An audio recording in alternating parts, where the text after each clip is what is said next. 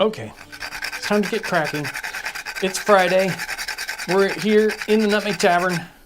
We have our nutmeg to put into our drinks, thank goodness. We're ready to get started. It is, I don't even know what day is it. What's the day of the month? It's the 11th. It's the 11th.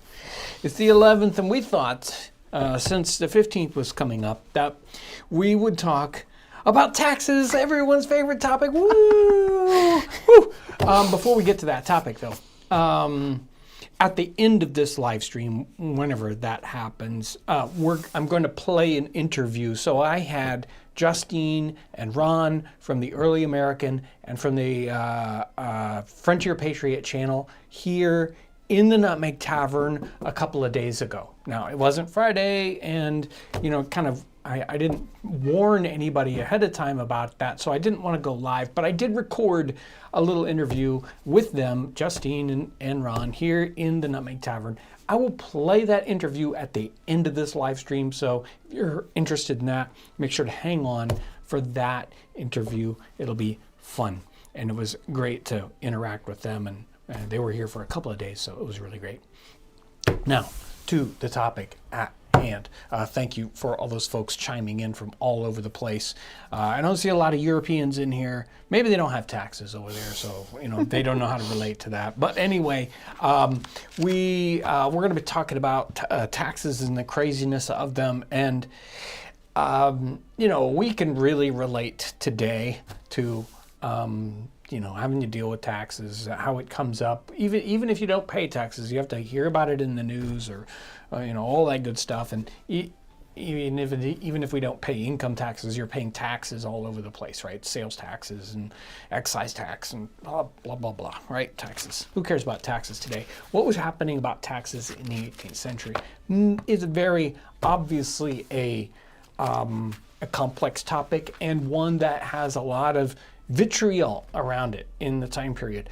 Not just colonies being mad at taxation happening from Great Britain, but people in Great Britain unhappy with the taxation system that they had. And, people talking about different, just like all kinds of cartoons in the newspapers, pamphlets being written about we should have this kind of tax or we shouldn't have that kind of tax. And there was something definitely wrong in Great Britain at the time, in the mid 18th century, late 18th century. I think they went completely berserk, and so we're going to be talking about some of those. So I'm going to basically be talking through all these books that have to do with collecting taxes in the time period in Great Britain. I tried to find crazy instances of that in the colonies. I was looking through Massachusetts law. I was looking through Virginia, trying to grasp how the taxation systems were different in the colonies versus Great Britain. And it seems like, really, at least in comparison, the colonies were very, very, even the colonies, not even, while they were still under Great Britain and, after that, really, they had taxes, yes, but they were just sort of, like a property tax, kind of applied in that sense. And they didn't have a whole lot of niggly, minutia taxation going on. It really was seemingly, I couldn't spend days and days on it, but it just, didn't seem like they definitely were seeming to react to the craziness of the taxation that was going on in Great Britain in the late 18th century. So I have here, here's a couple here's like a combination. Ivy found these. So here's one pamphlet that is the reasons and proposals for laying a tax upon dogs. And then there's this written at a later time, Dog Tax, a poem by this particular person, a hint to the ministers for the relief of dogs.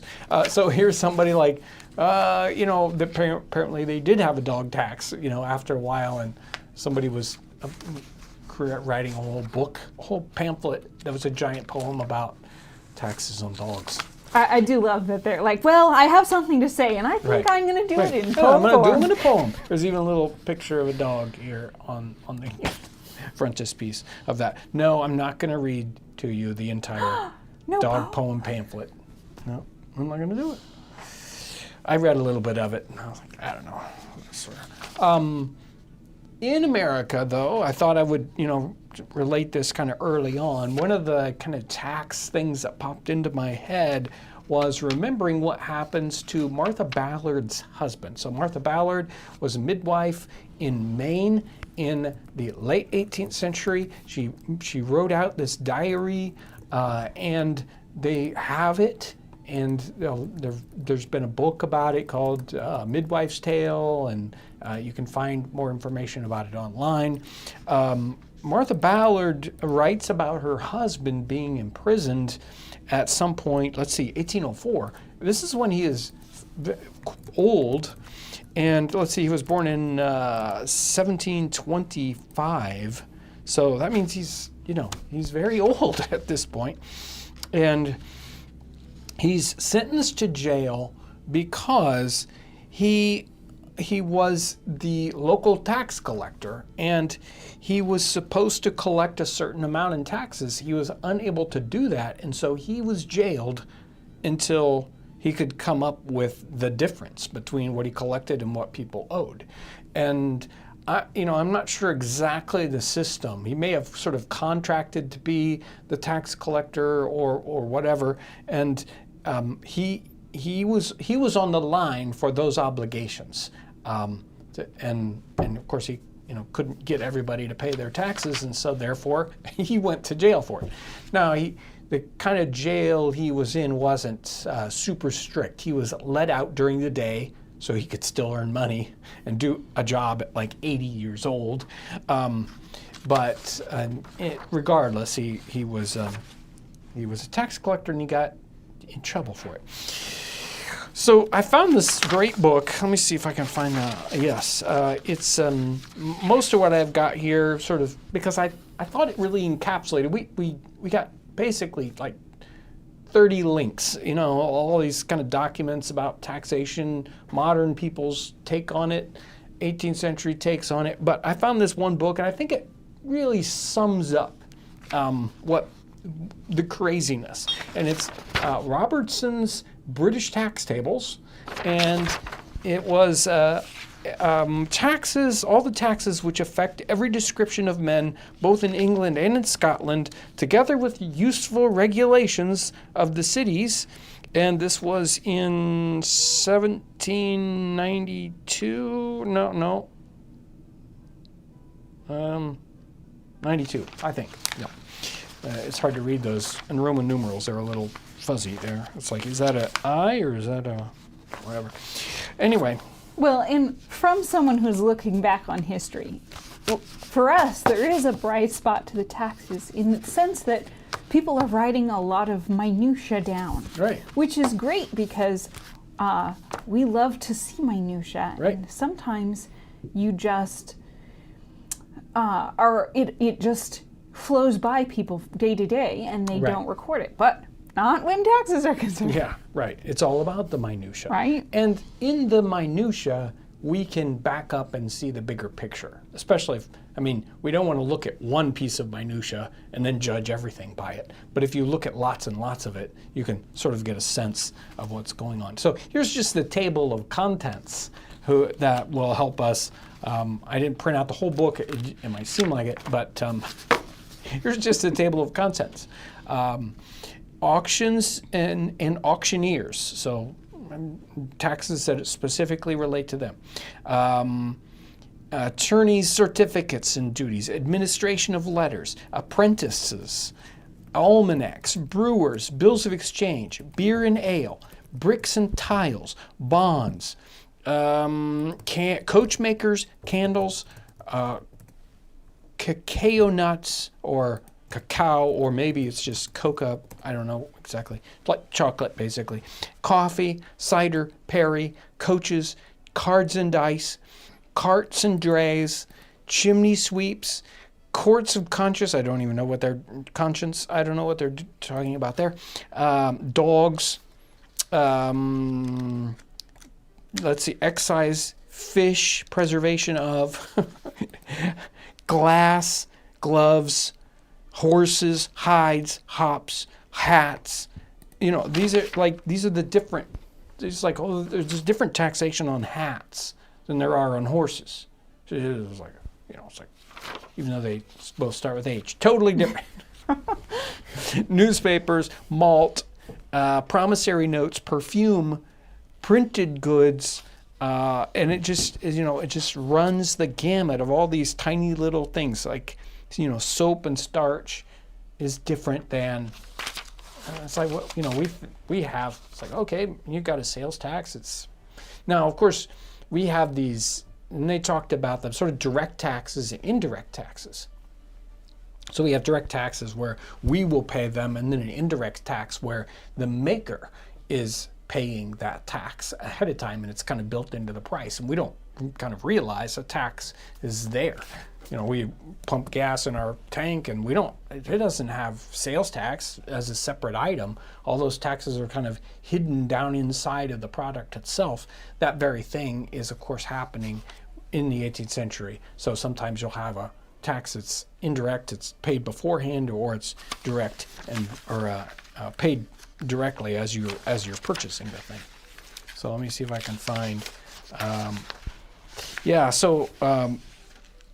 Perfumery. Thought this was really. I'll try not to catch everything on fire.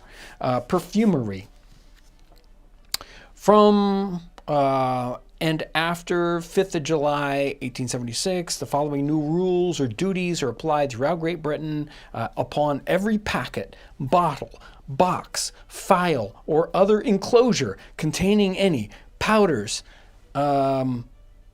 pastes, balls, waters, washes, or other composition whatsoever commonly called sweet scents, odors, perfumes.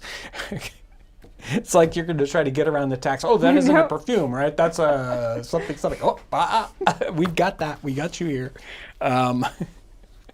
Cosmetics, which shall be vended in Great Britain, mixed or unmixed with any other materials, there shall be charged a stamp duty as hereafter expressed, and also upon every packet. So every single little, it's like, I've got a little box here. It's like, you get your box of perfume. Each one of them had to have a little stamp, a little tax. The tax was paid on this. Like, back in the day, heck, I don't know today, it's like you would have cigarettes and they'd have a little stamp on them that said, oh, the excise tax has been paid on, that little thing. So every single piece of perfume had to be. Now, not other things. Let's see.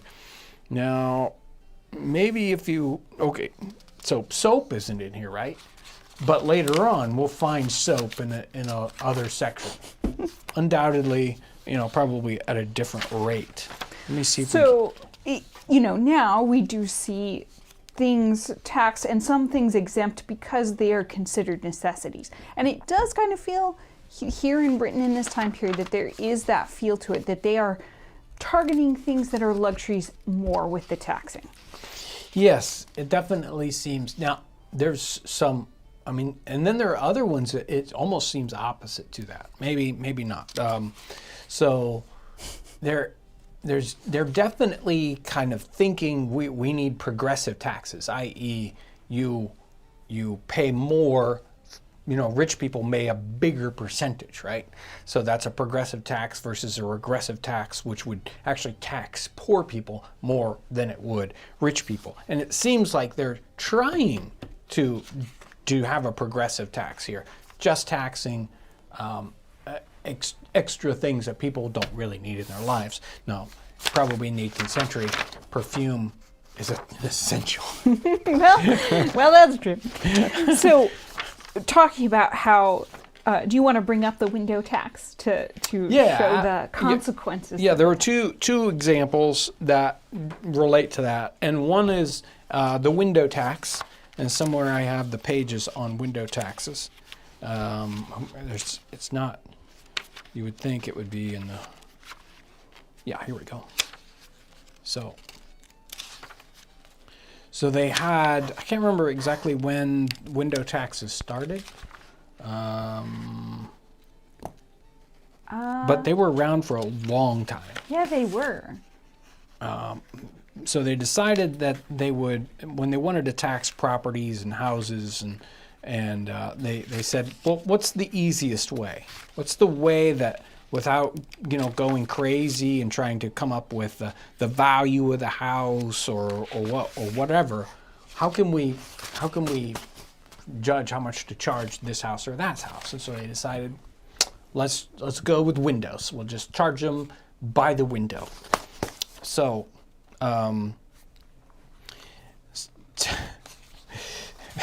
here's whatever year this is now. It changes at different times. So at one point it might have been simplified. Houses that have more than 10 windows would be charged this much. Houses with more than 20 windows would be charged that much. But later on here, like 1790s, it has tables. Wow. Tables and tables of how to figure out what the tax should be on your house because of the windows. Number of windows. If rated for 7 windows, the old tax was 4 shillings, 2 pence. And the new tax would be 9 shillings. And then, I'm not sure how this goes, but then this is the amount of both, like they add them up, which you had to pay the old tax and the new tax. I'm not sure exactly what's going on there.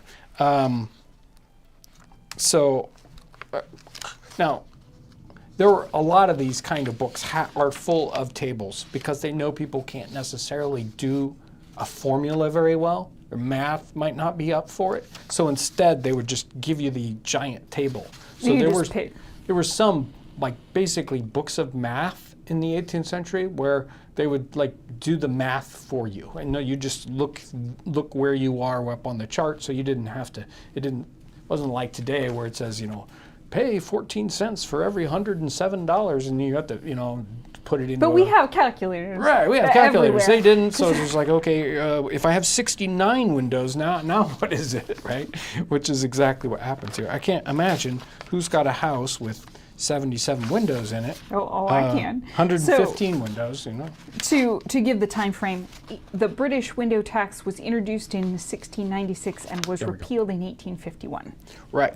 So what happens? So I'll bring up the cartoon. So people would, if they had too many windows, and they didn't want to pay the tax, they would brick them up or board up the windows. And then it's like, no, see, our house only has 4 windows, right? And so they would have all these rooms, and they would have no light coming in. And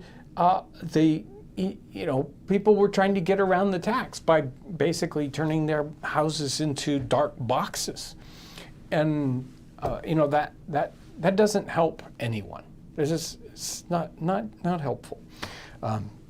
And of course, if you don't have light in your room, you would have to burn candles because you didn't have any light. Now, of course, they had a fix for that. You can go back to me. I don't have my thingy. They had a fix for that. They had a tax on candles. Mm-hmm. Yep. Which they started the candle tax in somewhere around 1720, 1718 because of a war. And they said, we're going to have this temporary candle tax to help pay for the war. And of course the war ended and the candle tax stayed on for another 100 years, I think another 120 years or so. The candle tax still stayed there. So, and they made it, they said, no, you have to pay a tax on candles and it's illegal for you to make your own candles. If we find you in possession of candle molds, we will fine you and take them away from you. So, very. And if you ask me, a candle tax seems a little regressive. Now, maybe you would burn oil instead. It might be more dangerous, but you wouldn't have to pay tax on it. And it's smokier, and it's not nearly as healthy. It doesn't give you as good a light. But I guess if you're poor, you just have to stay in the dark, right? You can't pay for the windows, you can't pay for the candles. So a couple of people are bringing up the fact that you can still see houses that have boarded up windows or bricked up windows from the time period. Right. And the first time I heard about this was when we were visiting the Frontier Culture Museum, which is down in, is it Virginia? Yeah, okay. That's in Stanton, Virginia. They have buildings that they brought over from Europe, and one of them was, believe it was Elizabethan, and it had Yes. the boarded up windows, and so they were talking about that, this particular. What caused the boarding up of the window? Now, we have the same kind of, it's not because of taxation, but for insurance reasons. So, if you have a commercial building like we're in, you have lots of windows and your insurance goes up the more window coverage that you have to have. And so sometimes if I don't really need that window, I'll just cover it up. And then I don't have to pay, I don't have to pay for the special insurance just to cover the window. So, it cuts a couple of different ways, just not just with that. Here is the section of the duty on hats. So, and there's a special gloves and mittens tax too, so, to cover your head. Hats, they were part of fashion. If you're a man, you're gonna have hats. You're gonna have multiple kind of hats. You're not gonna live without a hat. License to sell hats by retail in London, Westminster, and boroughs. And so your license to sell a hat was, is it two? I don't know if this is in pounds, shillings, and pence. It's either 200 pounds or it's 2 pounds and no shillings, no cents. Yeah, that's what it is. And then on every hat of 4 shillings and under, you pay 3 pence. And above 4 shillings but not exceeding 7 shillings, you pay 6 pence. And if it's above 7 shillings and not exceeding 12 shillings, it's 10 cents. Or no, it's one shilling. And then if it's 12 shillings or upwards, you pay 2 shillings in tax. So, that's like what, 1/6 of 1/6 of it is tax. No hats sold without a license, or you forfeit 50 pounds. Dealer in hats has to be written over the door. Gotta make sure to notate it properly. Persons fraudulently tearing off or affixing any stamp already used or selling or buying any tickets already used, 20 pounds fine for that. So, you gotta have a license to sell hats, and probably that license is also so that they keep track of who's selling hats, so they can make sure to go and collect the hat tax. And even back when I was looking at the candle tax, they had people, like the candle tax police that would go in. They could, it's like, oh, we can go in and search your home anytime looking for candles. And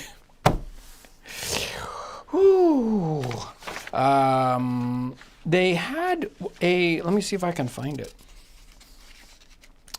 Yes, this should be here someplace.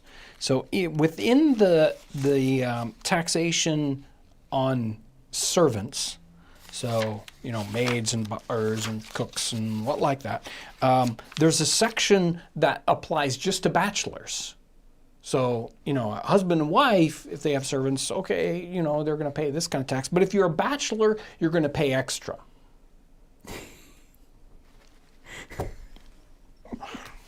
Every man of the age of 21 years and upwards, never having been married, who shall keep 1 male servant or more, shall pay 1 pound, 5 shillings for each over and above the duties mentioned in. So it's like this is extra upon, the duties are just straight up for that. Every man of 21 years upwards, never having been married, keeping, 5 shillings in addition for each if he has 2 female servants. So you pay extra again if you have 2, it's just like, I don't know. I guess it makes me think about our tax, where you're like, okay, we do deductions if you're right. So, and you're like, yes, our tax laws too are very complex. Arcane, maybe, but this is just.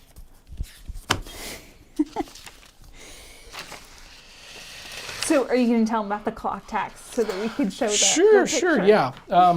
So I don't think it's here in this one. If it is, I didn't pick it out specifically, but at some point it may have been repealed by this time because they kind of different taxes kind of come and go. But there was a tax on clocks and probably watches, because I didn't have the particular thing, but they had a tax on clocks.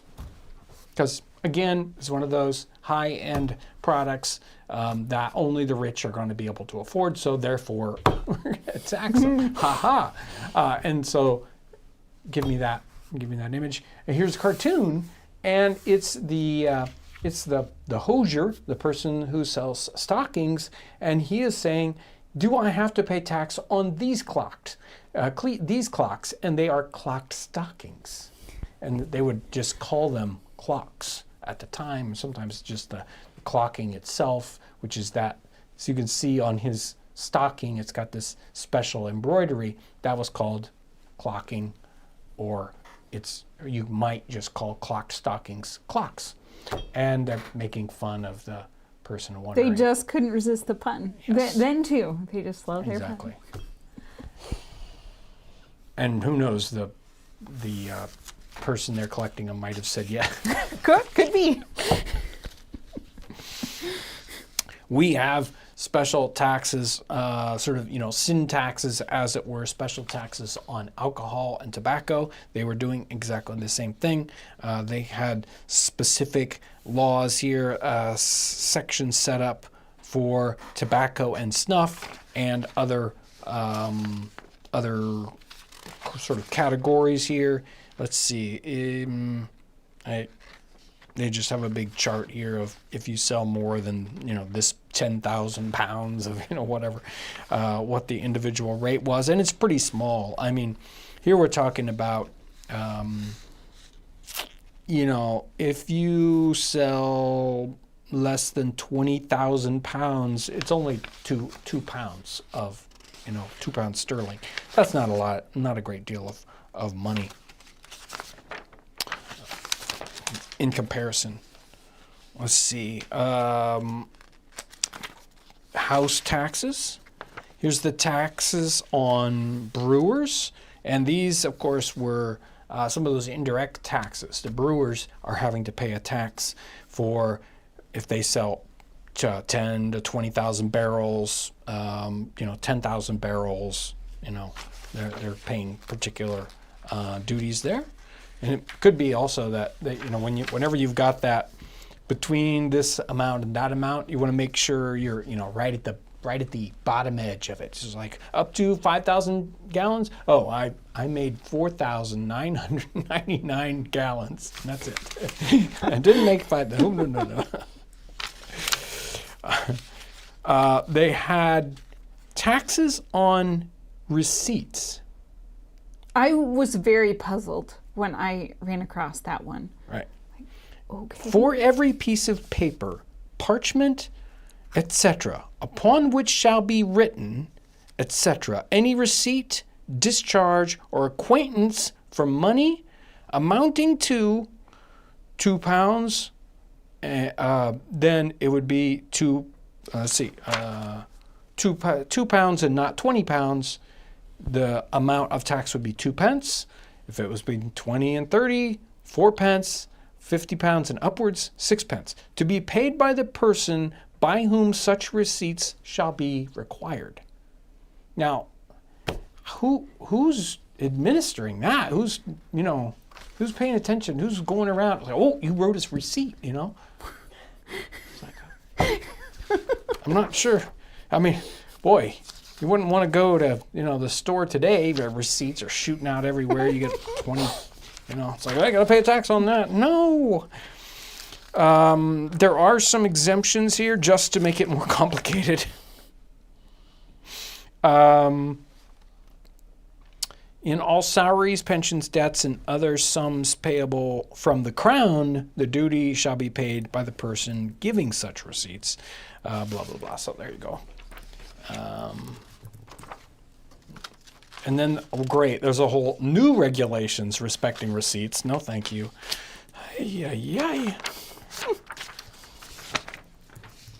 Of course, here's special taxes for legacies. I'm sure. That's a duplication. This one was there for a long time, and I think it wasn't repealed until the 1830s or 40s. And that's a tax on bricks. So you paid 2 shillings 6 pence per 1,000 bricks as a tax. And of course, if you're not using bricks, what are you using? So for a while, of course, way back in the day, London had all these wooden buildings. Of course, then it caught fire and burnt down multiple times. But, after 1660 or whenever that, the last big London burning down thing, they made regulations, said, of course, you have to make your houses out of brick. And of course, they taxed the bricks.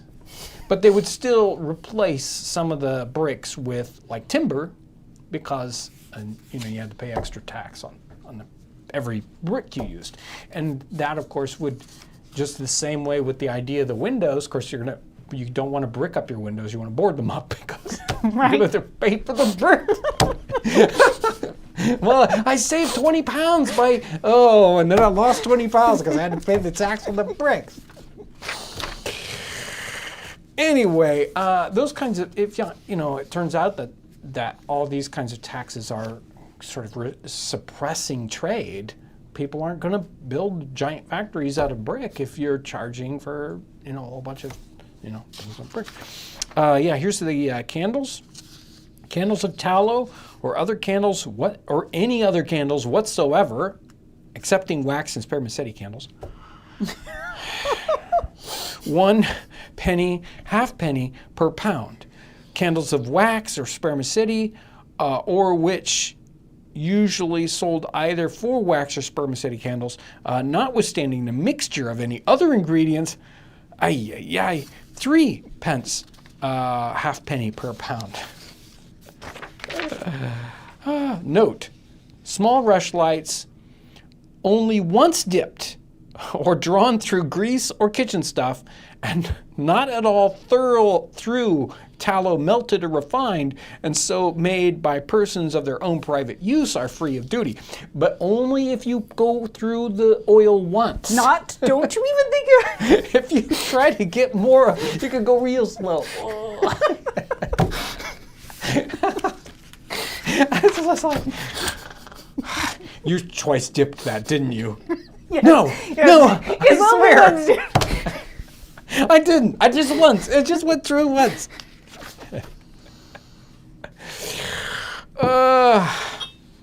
Here's the coffee tax.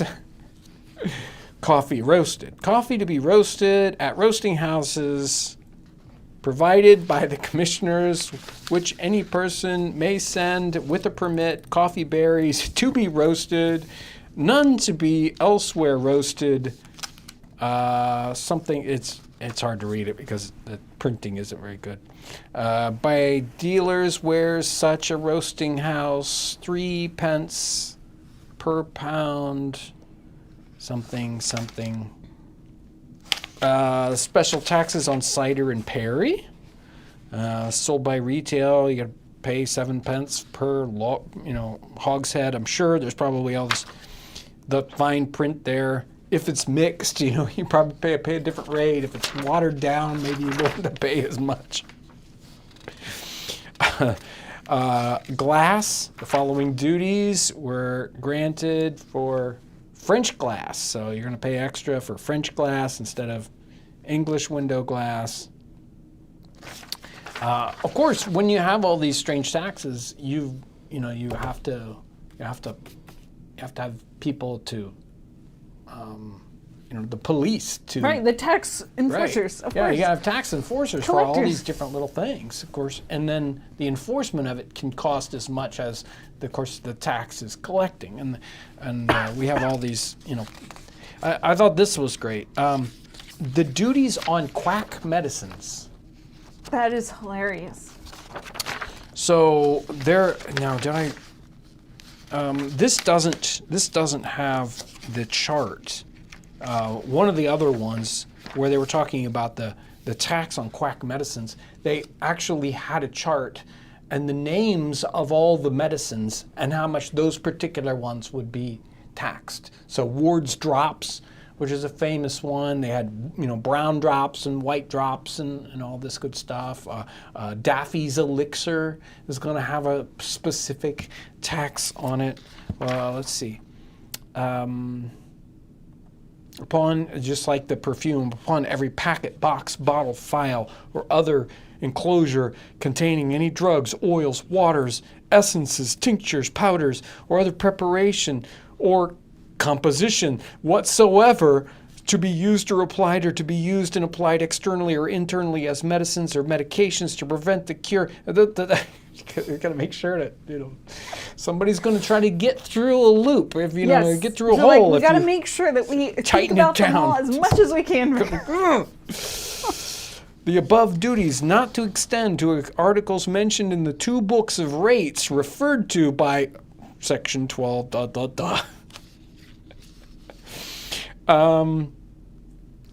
Nor to unmixed drugs sold by a regular surgeon, apothecary, chemist, or druggist who hath served a regular apprenticeship. So basically, these are, you're not being sold by these licensed people. These, basically over-the-counter quack medicines are taxed differently than all these other ones. Wow. Special taxes on printed goods,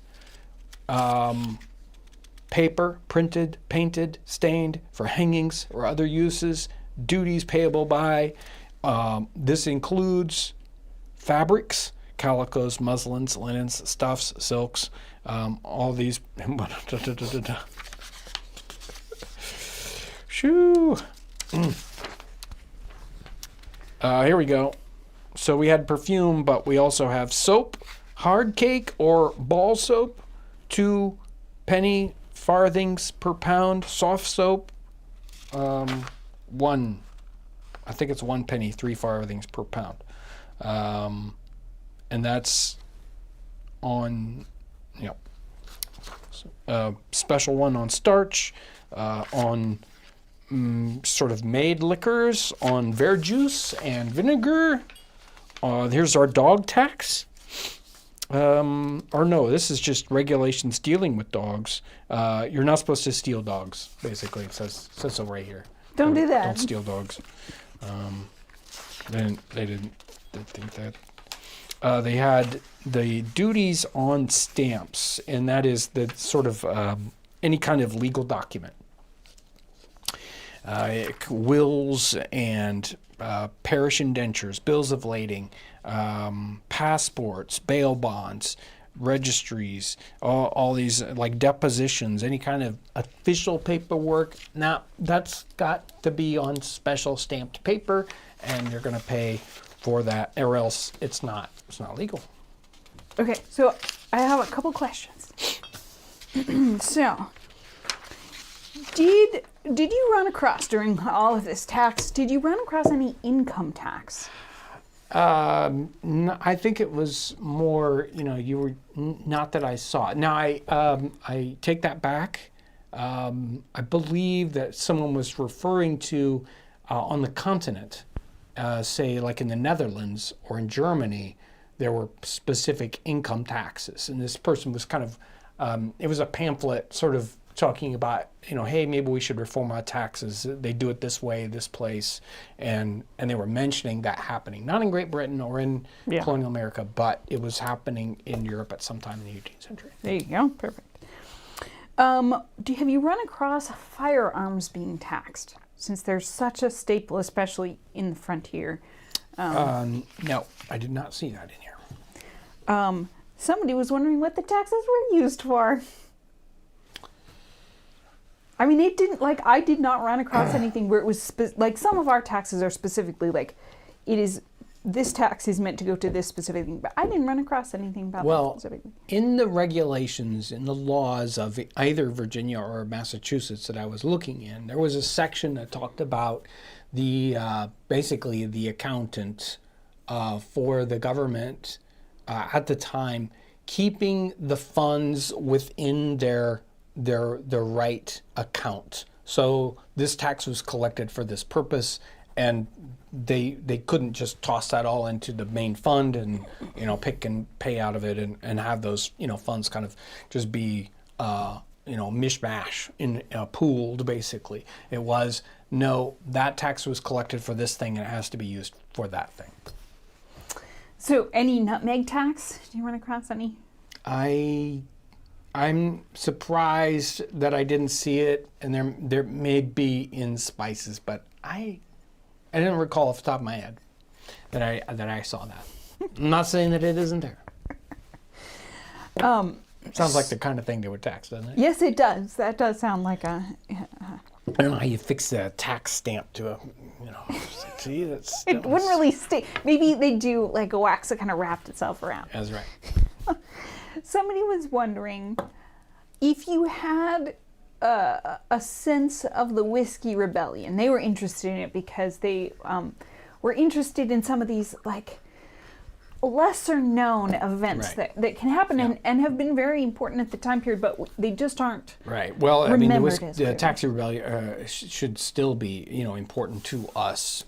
Maybe we've kind of, covered it up on purpose or whatnot. And that idea that that one of the best ways to bring your cash crop to market, if you live in the backcountry and it is very hard to ship your product, is to turn it into the most condensed and profitable form possible. And making whiskey from corn grain is one of those ways you can condense something down to make it very, very profitable. And of course, the government wanted their money, and people didn't want to pay that. And so again, there are total giant books written on the topic, but there was a little section again when somebody was talking about reforming taxation in Great Britain, and he was referring to the Stamp Act that happens in 1765, where Great Britain is trying to reclaim some of the money that they paid to defend the colonies during the French and Indian War. How are we going to get that money back? Let's figure out how to tax them. Let's come up with the Stamp Act, and we're going to tax, again, pieces of paper, just like we talked about here, legal documents, newspapers, all these different things. They decide they're not really going to adhere to it. They know that it will cause a lot of trouble, and they decide they're not going to exercise their taxation. But they do try to do that with the tea in 1774. They specifically, it's like, okay, here's some ships. We're going to put some tea on it, and we're going to go and we're going to collect that darn tax, right? And of course, the Tea Party happens. And the tax wasn't big. It wasn't any big deal, really. Which today we would just just pay it, just get it over with. But those guys were like, this is a principle issue here. We're not going to do that, and so we get a war all about basically principled issues. The amounts of money were not huge, certainly by today's standards. There was taxation is a really important topic, and why people are in some places are putting up with it, and other places, no way are we letting that happen. So it's an interesting topic that drives a lot of conflict in the 18th century. So this question is from early on and is unrelated to taxes in any way.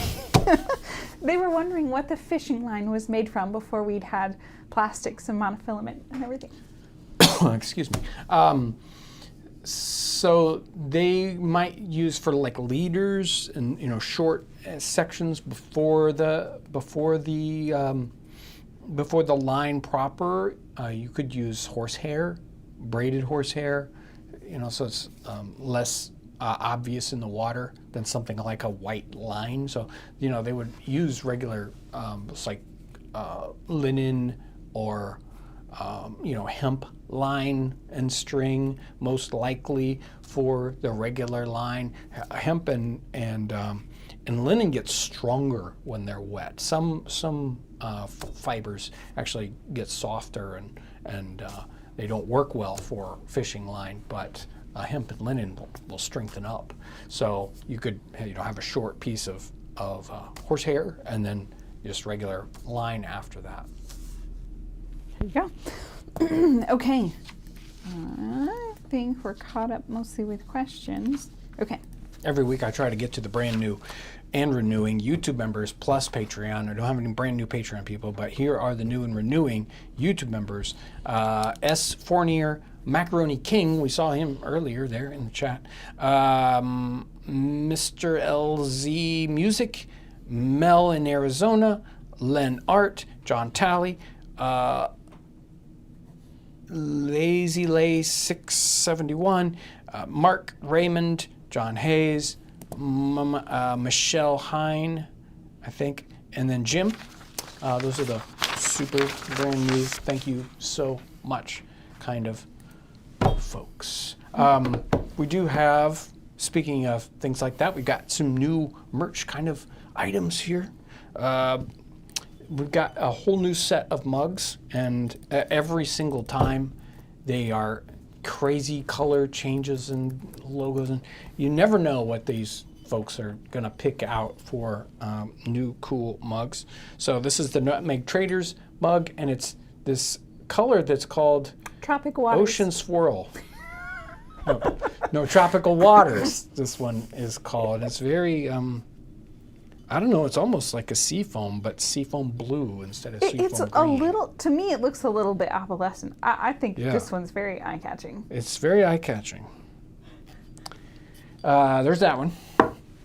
This one's called Green Goblin. This one's tree bark. And It's while called tree bark. You can't see it in this light, but it is quite green. It's dark green. Make sure to look at the link that's in the chat because Right. the pictures there have true colors. Our colors, all like, it's tavern colored, everything. It's tavern colored. This one's got the flavor of the 18th century little nutmeg design there on it. Yeah, these must be like 12 ounces, not great big ones. Here's the Nutmeg Traders, and this one's this cool cobalt blue. You can just barely see that, but it's very beautiful. in like blue color. natural light. It is Yeah, it's a true blue, just and this gorgeous. one's Atlantic Shoal. It's called Atlantic Shoal. Mm-hmm. I think I would call it. No, I would call it something else. I get in trouble for the names I would give stuff. And this one has the nutmeg flavors of the 18th century. The flavor of the 18th century. This one's black and something. It's called Ebony and something Moss. Ebony and Moss. Mhm. Ebony, I almost got it right. And there's that one. So those guys are available on the website. Also, a couple weeks ago, we talked about, after the playing card episode that we did here on the live stream, we came up with the 18th century playing cards that are in a modern card form, so you can actually, easily play with them. You, of course, could play cards with our standard 18th century playing cards, but I wanted ones that modern card players wouldn't go, God, I can't play anything with this. So those were coming in this cloth bag, and you can still buy them in the cloth bag, but we have them now in this beautiful tin box. We were so worried they wouldn't fit, but they are They've the perfect. So, playing cards, cool tin, playing cards in a cloth bag, mugs. What else do we need to cover? I've got some questions here. Yes. So, we have a super chat from John Talley, just sending in some money. So thank you so much. And then we have a super chat from Azrael Nightquest.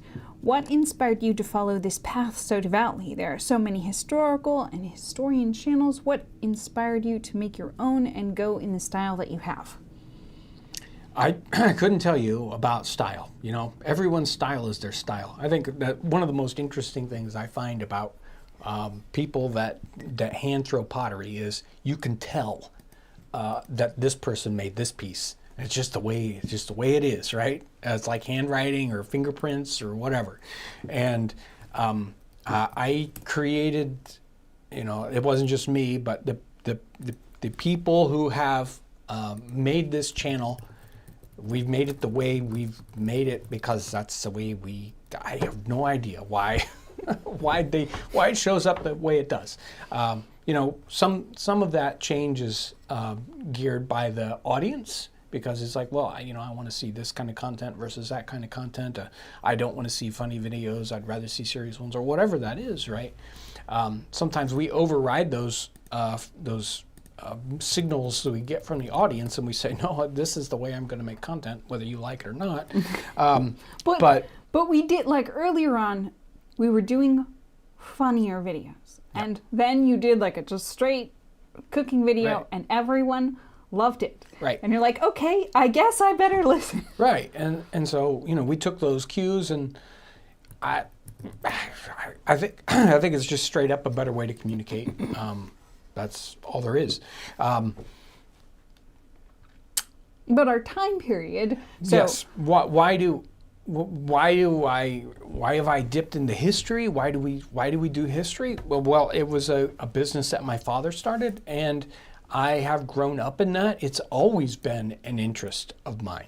So, but that was, kind of instilled by my family and by my family's business, by my father specifically. It's just one of those, it's like, well, if I don't do X, then what else am I going to do? I'm going to do this, right? And, I guess it fits my interest in how I research things, how I gather information, and of course, through the last 15 years here on the YouTube channel, definitely has affected the way I present information. So I don't know how to answer it other than that. And I put a link in to the conversation you had with Grandpa years ago, and then the interview that Ryan did with you. So okay, kind of a little bit more in depth. And then we have some memberships gifted by Mickey Mike, and one from David Sampson. So I'm sorry, Daniel Sampson. So thank you very much. Yes. And let's see if I'm okay. And then there's a super chat from Max Sarcool. Happy Friday to all the folks in the Townsend Tavern. Hold on, I gotta make sure I'm all caught up. Okay. Spoon Style Tony sends in a super chat. How much is the tax on the mugs? Depends on what state you're in, doesn't it? Did you run across any? I think when I was looking, there was a particular article in the newspaper, and it was talking about taxes on bread in Britain, and they were listing all the things that were taxed, and they mentioned a tax on tavern mugs. Well, no, I didn't see that. Yep. There's so much information. Again, I mean, that's like government regulation. So it's all, there's some document for it. If you really want to look into it, it's there. Okay, I think we're all caught up. I'm sorry, hold on. Deadpool, New Jersey, is that the one we're looking for? So, oh no, there's two more. Okay, so Deadpool, New Jersey says, cheers to all at the Nutmeg Tavern. Thank you. And then here's one from Azrael Nightquest. You have been referred to as the modern equivalent to Mr. Rogers in terms of wholesomeness and charm. How do you feel about that? Pretty good. I remember watching Mr. Rogers. It's like, okay, he might seem a little, kind of a little too chill at times. But, I mean, he was a firebrand, wasn't he? No, I like the idea that anybody can watch our channel and get something out of it, be entertained by it, and not be, not be inappropriate for any audience. And I definitely want my content to be like that. I don't want to be one of those, well, my mother was in the room and I didn't want to watch that, that's not cool. So, but I'm not sure, I think it's a compliment. I certainly think so. Some people like to say it's, kind of Bob Rossi too, just kind of, chatting through things. It's definitely, I try not to make the idea that it's stressful or any of that. So we all need a no stress area. Right? It's like a good thing to have. And then Devin Whiteside has gifted 50 Townsend's memberships, so thank you. Super thank you. Thank you very much. It's like a bunch of people jumping in. That's right. Okay. And okay, so this is, here's a question, you'll love it. Teddy the Fourth, have you read any of the Patrick O'Brien books? So I don't know, what was it last week we did Yes. this? So you know, last week we did a whole live stream on naval vessels and the rigs and all that good stuff. I have been a fan of the Patrick O'Brien series, multiple, all of his books really, for the past 20 years or something like that. I have, you know, sometimes I'll spend a lot of time listening to audiobooks, and sometimes it's like, I don't want anything that I have to, you know, like chew on too much. So I'll just listen to, you know, the entire Patrick O'Brien series in audio. And so I'm well versed in all the different novels. It's some of his standalone work, like The Golden Ocean. Yeah, I mentioned that the other week. So, and Master and Commander, the movie, they did do an excellent job. And if there was ever a movie they should make a sequel to, hello. That one! But of course, no, they don't do that. It's like, that might be difficult. We don't know how to make a boat float on the ocean. It's not like the story's not there, you know. It's like he writes a good story. Oh well. So here's a super chat from Devin Whiteside. No need for thanks. I have gained so much from this channel. Well, thank you, Devin. I'm glad. Lovely to kind of bring people into the membership. That's Right, very fun. right. So, yep, excited by people enjoying the channel, and sometimes, you know, learning something that sometimes people will kind of stumble on a little piece of knowledge that really changes their life, which is, I find odd. But it's always nice. You're like, it's such an encouraging thing to, you know, encourages you to keep on going when you hear stories like that. So that's always lovely So thing much to hear. so let's go ahead. I'm gonna kind of sign out now, but you don't have to sign out. We're gonna play the Ron and Justine interview right here. They were in this chair while I was sitting here in the interview, and it was. Of course, had a wonderful time working with them. We shot a couple of episodes with them, and you will see them the next couple of weeks. And it was great working with them. We just laughed the entire time, and it was a great. So enjoy this. Again, thank you all you super chat folks and the gifting the memberships and all that good stuff. If you purchase merch, again, thank you. I want you to have a tremendous weekend. Maybe we'll have some great weather. I hope I do, and nobody gets blown away or anything like that. So here we go with the interview, and enjoy your weekend.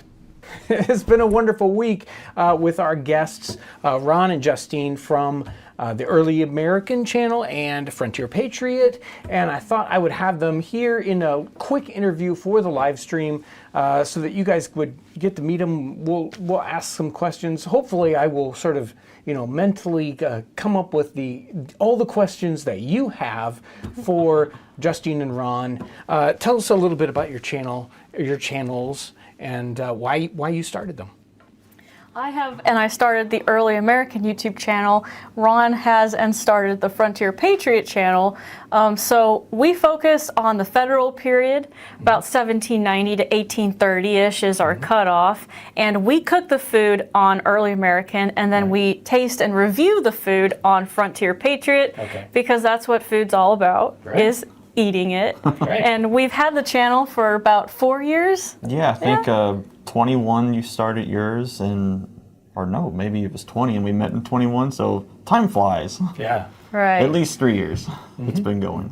Yeah, and I had Early American for only maybe 4 or 5 months before I met Ron. And only a week after I met him, he was a victim in my first video. Wow. And the rest is history. Yeah.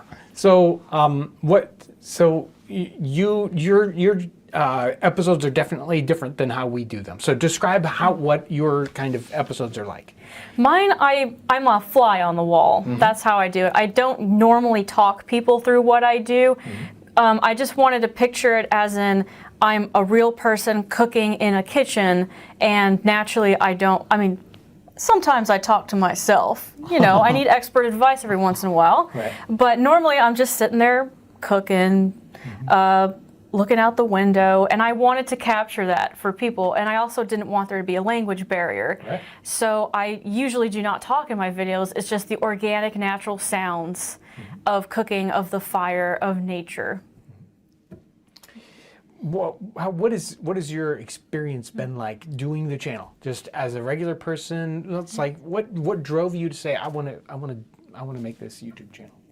Well, I can tell you that this is what we're going to be doing for the rest of our lives. We've definitely found our niche. We absolutely love historic cooking. And I bought my camera the day before I filmed my first video. I had absolutely no clue what I was doing, but I was volunteering at a historic house at the time from 1820 while I was getting my bachelor's in history. And it's a living history kind of house. We're all in period clothes. And it's very hands-on. So they would leave us alone in the kitchen with the hearth. And if you were hungry, you could just fry up some potatoes. No one would stop you. And so for years I volunteered here, and I was left alone in the kitchen many times. I'd cook in it many times, and I'd stand back and look at the beautiful colors, and it was just speaking to me, and I wanted to capture the colors and the ambiance and the culture and the history of it as well. So I thought, well, I can take pictures. So I ordered a camera, but then I thought pictures ain't enough. So then I started filming myself making these receipts. I love, you could say, like the chemistry almost behind it, where it's like you add a bunch of ingredients in a bowl and you don't know how it's going to turn out because these receipts don't have pictures usually that come with them. It's a mystery until the very end, and I love, love, love that aspect of it. We usually cook on our channel the dish for the very first time on the show. So we haven't made it previously. We have no clue how it's going to turn out. Sometimes it doesn't turn out. Sometimes it tastes terrible, and Yes. we'll be very honest with our viewers and just say this gets a 2 out of 10 or this gets a 10 out of 10. But we just love that experience and sharing that experience with people. Yeah, and we always encourage people to make it at home, and you be the judge of it if Right. it's good or not. What's been your strangest YouTube experience? Oh, we probably have different ones. Mine is people come up to you and saying, "Oh my gosh, it's you." It's like, I'm just a regular dude. Yeah. Yeah, that just I cooks. break character like that. It's like, "How you doing? Nice to meet you." And they're just like, "Oh my gosh." And it's like, it's just me. Yeah. That's the experience I've noticed that I have trouble with sometimes. It's sometimes it's too much. It's like, just calm down. It's just me. I'm just a regular guy. Yeah. My strangest experience out of the 4 years we've been doing this is the fact that I can make a living out of history. Because when I told my dad I was going to major in history, I think, well, he thought, that's cool. Now, what are you really going to Yeah. What are you do gonna end up as an doing? adult? But we're here, we're doing it, and I'm working in a field that I absolutely love. So now my parents they're very proud of me for what I do. They've definitely embraced it. And we also work part-time at a couple of houses in town, historic houses, and we work with school groups, whether it be university people from the city coming down or homeschool groups and younger kids. And that part's really fun for me. it is. We have a junior militia unit, so it's almost like Boy Scouts, but 18th century style. And St. Genevieve, where we're from, is originally a French settlement, and it was under Spanish control in the mid-18th century, so we kind of touch on that a little bit, and that's what we do, and it's just fun. We love getting letters from kids, especially. I love I'm sure you guys get them too, artwork from kids. Sure. The little doodles and stuff, it's really cute. Those are things we'll keep forever. So one of the main questions people ask me all the time is what my favorite dish has been that I've ever cooked. So, and I have a very hard time answering that. Do you have a good answer for that one? No. I have an answer that can have 5 different things in it. Exactly. But the dessert dishes probably stand out more to me. Like a chocolate tart, we do a chocolate tart, and it's to die for. But there's things that are really, really good, and some things that are not good. I can tell you my least favorite. Yeah? That's easy to do. A shrimp pie. I didn't even There we taste go. it because I do not like seafood at all. And No shrimp pie for you. The bad thing is, thankfully the camera cannot smell. The shrimp that we actually used went bad. It went rancid.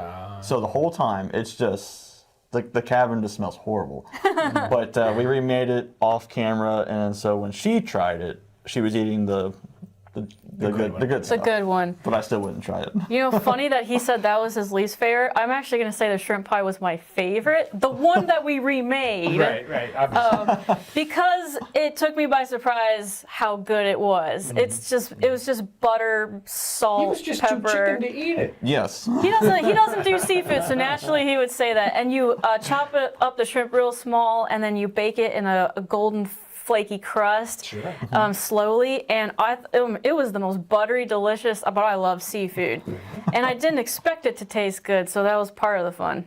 What is your least favorite dish you've made? Well, there was the one that Michael Dragoo brought in that it was like a crab, whatever, and it was really bad. Crab whatever. The Yeah, official it's name. crab whatever. It had crab and it had wine in it and nutmeg and this and that. It just did not work. No. I would say wine is probably, if anything has wine in it, we're not really wine drinkers, so if it's got it in it, we already kind of don't like it, the taste that it gives off, but maybe because we're using cheap wine, I don't know. Well, there have been some that have been a standout with the wine that really kind of sets it off in a different way, but, I see where you're coming from. What's your favorite dish that you've made? He can't answer it. Well, it is a tough one. I mean, there are different ones that come up at different times. The Parmesan ice cream was really, really good.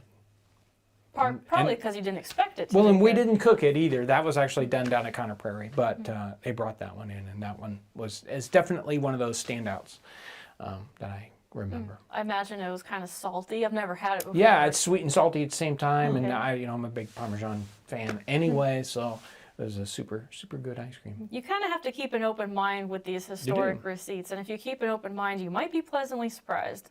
Oyster pie. Yeah, they just seem to be doing a lot of. I mean, some of it is just tried and true. This is just standard farm cooking. Indiana seems like and then other times they're reaching way out there for some kind of this is something really new. And I'm like, no, that's not. They're trying. You know, actually, there is one dish that really did surprise me. We cooked raccoon, and it tasted like beef. Okay. The way that we prepared it, I believe we stewed it some, or we boiled it to get the fat off of it because Right. it's kind of greasy fat, and then we stewed it slowly, and it tasted like a Kettle really beef. like kettle Really beef. good kettle beef. Very tender, and Yeah. you wouldn't know the difference. If you super slow cook a lot of things, you can make it very palatable. I mean, I've had snapping turtle, which is if you cook it right, is really really good. Most of the time, a lot of those things can be real tough and nasty or gamey flavor, but It's all in how you cook it. yeah, and today's wildlife, if we're going out and eating a raccoon, it's probably eating nothing but corn all day long anyway. So it's not like it's some strange thing. No, don't eat the city raccoons. Yeah. No, not the city No, ones. it's a No. little trash can cartoon. They're eating out of the dumpsters. No, don't eat that. So, what is your most asked question? This is an You easy want to one. answer it? Our most asked question is, do you really live like that 24/7? Right. Maybe 3 days out of the week. I'm in britches more than I am jeans. Okay. Well, we're very open about it on Frontier Patriot. We talk about our old Jeep and our old Chevy truck and all that. When you go to a Civil War reenactment, 99% of those people, they go home to a modern house at the end of the day. It's our passion, it's our hobby. We love what we do, but we walk a tight line between the 21st century and the 18th and early 19th century. Have you ever been asked that question too? I've been asked the question, or people just assume it, right? They see all the things we do on the channel and they think, somehow I have to live like that. When if you do a YouTube channel, you're obviously using high technology all the time. Yes. You have to know about camera lenses and the internet and audio devices and all these crazy technology that all go into making a YouTube channel. It's not like I'm the hermit and people come in and it's a documentary. Look at this strange being, so yeah. It's a good thing to get for them to assume that, because that means you're really convincing them and doing a Well, good job of that's portraying true. the That's true. lifestyle back then. And the videos are a very good representation of the best of what's happening. So people, will say, I want to come and visit the cabin or something like that. And it's like, well, the cabin is cold and and damp, and it's got holes in the wall, and it leaks or wasps or whatever, right? And you don't see any of that in the video. It makes it look perfect in the video. And so it's like, if you want to see the cabin in its best, then watch the video. Don't come and visit the cabin. It'll ruin it. Yes. It's like coming to the Nutmeg Tavern. You know, it's like you see the Nutmeg Tavern on your side, and then you come here. It's like, well, that's not the same thing. It's all fun and games until it's the middle of January and Yeah. it's 22 degrees and it's sleeting outside and you have a wild, angry skunk that lives under the floorboards. True story. It is. We got a skunk that lives under the floor. When you walk in there, he gets mad and starts barking or, making some noises. So There's Tread lightly. there's beautiful days, and then there's other days where the fantasy of it would be blown to pieces if you actually came there. Smoky and rainy. during the summertime, it's 120 degrees in there, which I'm sure it gets hot in here even. Yeah. And it's miserable. You don't want to be there. We had someone actually make a money offer on buying our cabin once because they really wanted to live in No, that. you don't. You do not want to live in that cabin. You can do so much better. I mean, if you're homeless, questionable. I'd do it, but Better than nothing, yeah. it's a roof over your head. Well, thanks for coming into the Nutmeg Tavern. Thank you for your travels up here to be on the channel. Hopefully your experiences were fun cooking. Oh, lovely. We really enjoy being here. I've watched for years now, and that's actually how I found her channel. Okay. Because the algorithm, if you will, recommends things. Sure. So my thing, I'd get home and Friday, all right, I'll watch the live streams on Townsend's, and then I got recommended Early American. What's this? Who's this? Really You're a match basis. Did Hey, you realize that? excellent. But we're super excited to be here and see all the secrets and behind the scenes, and we knew what to expect because the magic, we have to make that happen every week too. So We are completely been awesome. honored It's been awesome. that you had us Well, here. I'm so glad you were able to come up, and we had a lot of fun. Yes, we So- did. And I hope we can come up again because we had a great for time. a real contest. Yeah, Well, maybe it'll we'll make stop that us. happen when it's not cold and rainy. Today it was snowing out, so we were going to shoot a contest outside. Thank you for being merciful. Thank you, folks, for coming.